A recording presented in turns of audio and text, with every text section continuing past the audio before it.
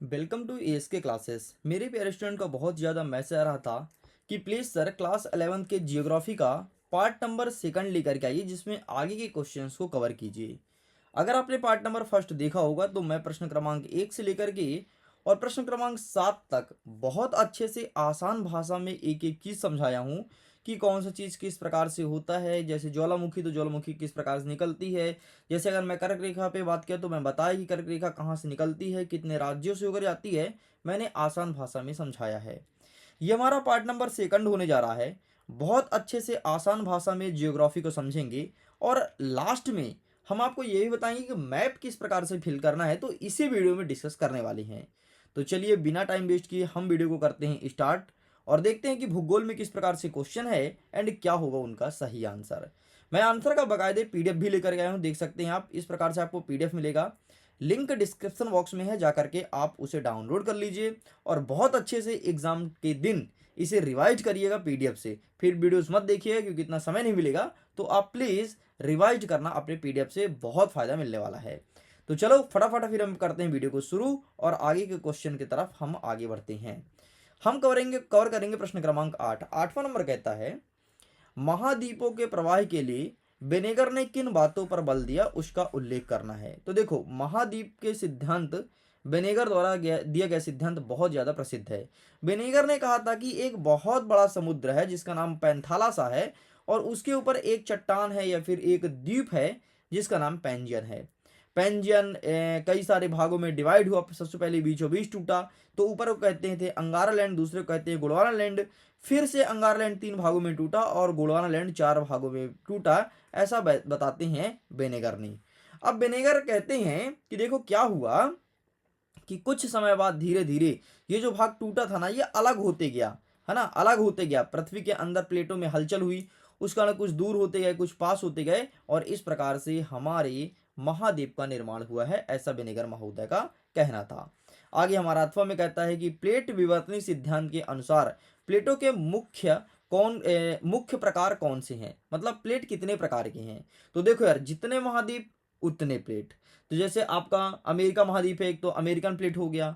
ठीक, दूसरा आपका यूरोप महाद्वीप है तो यूरेशियाई प्लेट है, क्योंकि यूरोप और एशिया जुड़ा हुआ है। अगर तुम हिंदुस्तान का मैप देखोगे तो यूरोप और एशिया ऐसे जुड़ा हुआ है, ठीक, तो इसे कहते हैं यूरेशियाई प्लेट। तो इस प्रकार से कई सारी प्लेटें हैं। बाकी इन सब का आंसर मैं दिखा देता हूँ, बाकायदे आंसर लेकर के आया हूँ, ठीक है। एंड ये डिफरेंस रहा, ये विनेगर के बल, ठीक है, विनेगर के ऊपर देख लो, ये पूरा पूरा आंसर लिखा गया है, बाकी मैं समझा दिया हूँ।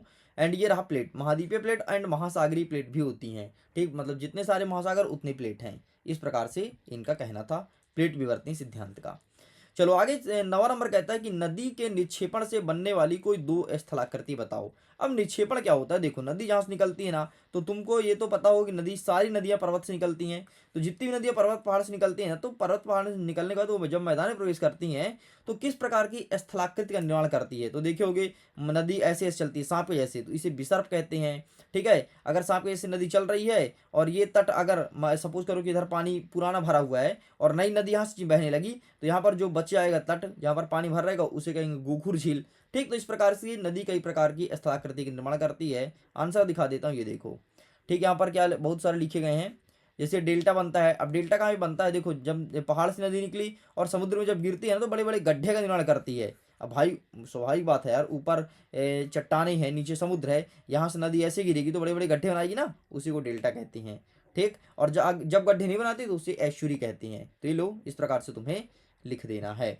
आगे बढ़ते, नेक्स्ट कहता है यू आकार की घाटी का निर्माण कैसे होता है। यू आकार मतलब इस प्रकार की घाटी की बात कर रहा है।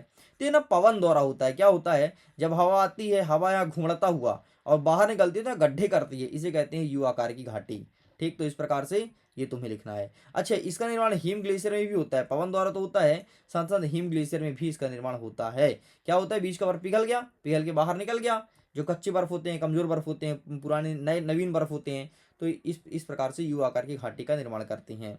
कहता है कि भारत का अक्षांशीय और देशांतरीय विस्तार क्या है। भाई अक्षांश क्या होता है, ठीक है, देखो ये पड़ी पड़ी रेखा को हम अक्षांश कहते हैं और एक खड़ी रेखा को देशांतर कहते हैं।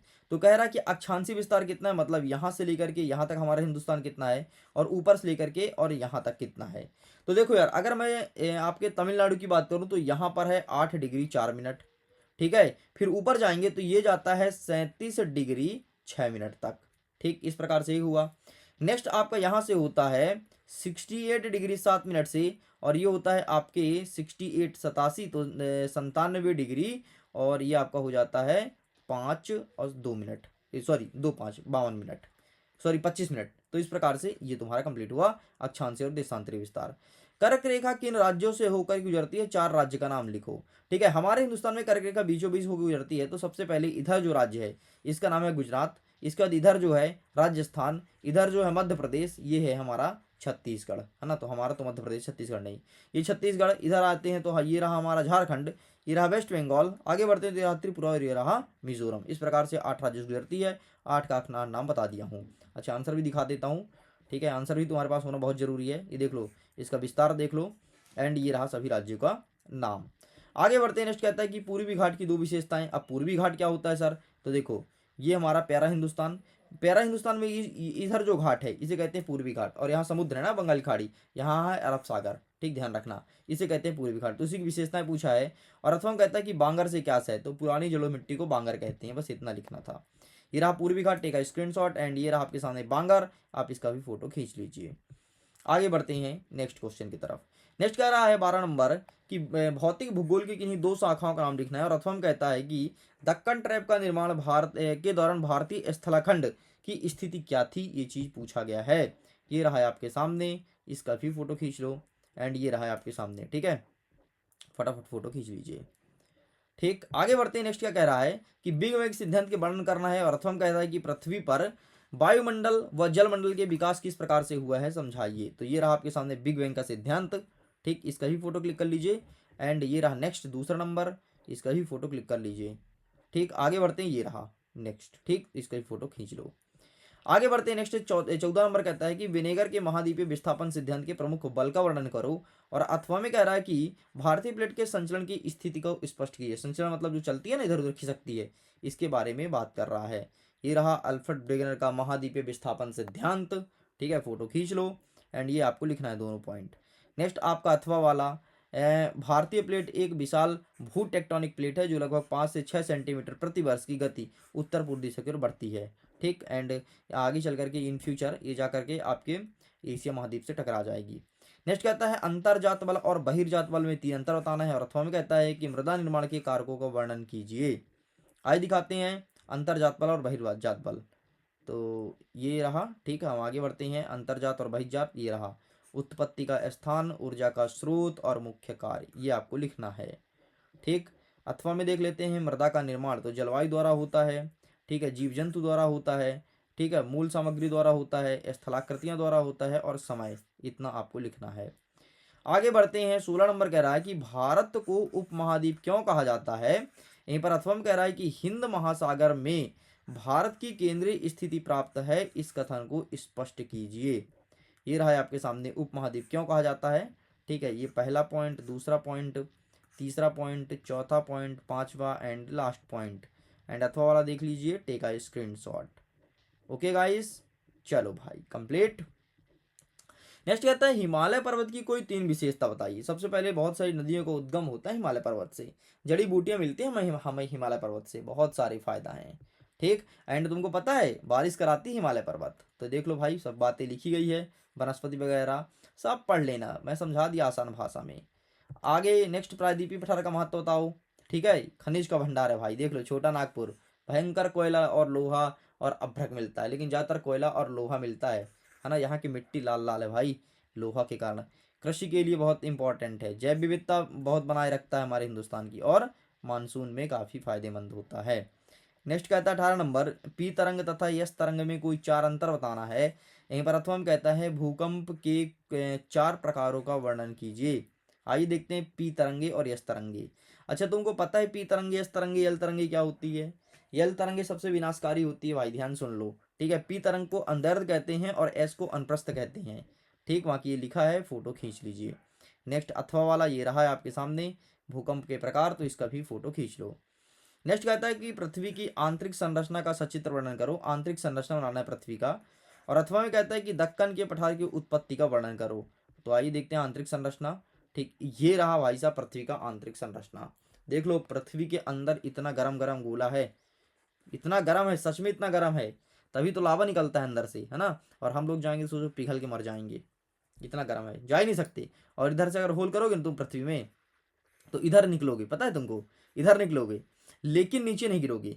देखो केंद्र क्या है, अट्रैक्ट करता है, क्या गजब का कॉन्सेप्ट है, समझना बात को। सपोज करो कि तुम, चलो मान लो गर्म है, तुम नहीं भी जले, ठीक है, ठंडा हो गया पूरा पृथ्वी, ठीक। ठंडी होने के बाद क्या करोगे, जैसे तुम यहाँ से होल करना स्टार्ट करोगे, ठीक, तो सीधे जाके नीचे नीचे गिरोगे। लेकिन नीचे तुम गिरोगे नहीं, बुचकोगे नहीं, ये आएगा यहाँ से यहाँ आओगे अच्छा स्पीड में, यहाँ तक आओगे, फिर ये खींचेगा केंद्र, तो फिर आओगे इधर। तो ऐसे ऐसे ऐसे ऐसे लटकता पिंड की भांति ऐसे ऊपर नीचे ऊपर नीचे ऊपर नीचे डांस करते रहोगे, कहीं पर स्थिर नहीं हो पाओगे, परेशान हो जाओगे भाई, है ना। नेक्स्ट कहता है 20वां नंबर की भारत के मानचित्र में दिखाना है, और भारत के मानचित्र में इसे भी दिखाना है। तो आइए फिर हम दिखा देते हैं भारत के मानचित्र में।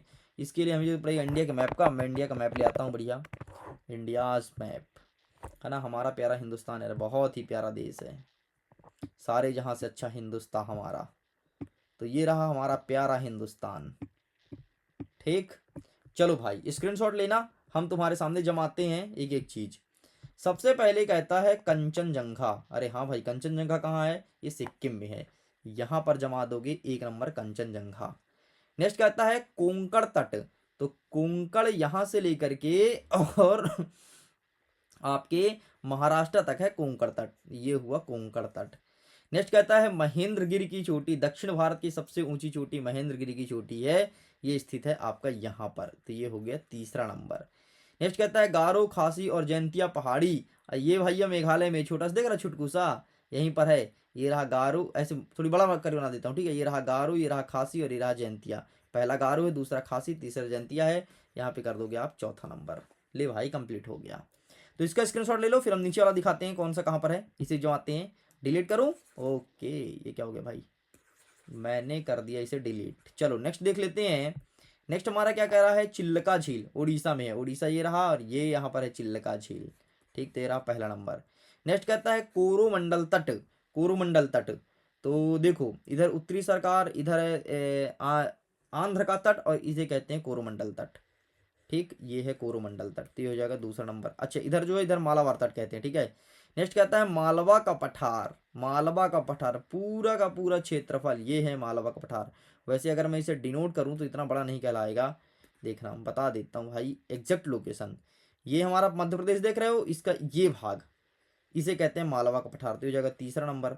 नेक्स्ट कहता है शिवालिक पर्वत श्रेणी, तो देखो पहले क्या है, पहले है आपका 3 पर्वत श्रेणियाँ, फिर ग्रेट हिमालय, लघु हिमालय और शिवालिक है। अच्छा 3 पर्वत श्रेणी का नाम, पहला काराकोरम, दूसरा लद्दाख, तीसरा जास्कर, ठीक है। ग्रेट हिमालय, लघु हिमालय और शिवालिक, तो शिवालिक आपका ये रहा, देखो ये है ना, यहाँ तक जाता है भाई, देख लो, तो ये हो गया आपका चौथा नंबर। लो भाई जमा लो फटाफट, ठीक है। इस प्रकार से जैसे कि मैंने प्रॉमिस किया था पूरा कंप्लीट कर दिया हूँ।